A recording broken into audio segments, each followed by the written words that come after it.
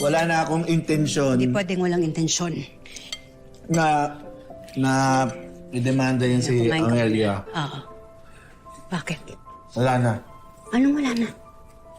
Pero Papsi, may kasalanan pa rin po siya sa atin. Oo nga. Nay, tanda. May kasalanan nga siya. Pero ano yun, sasayangin natin yung oras natin sa pagkalap ng mga ebidensya? Ha? Anak, malaking laban yun. Hindi natin kaya yun. Pero, Peri! Wala nang pero-peri. Walang pero-pero.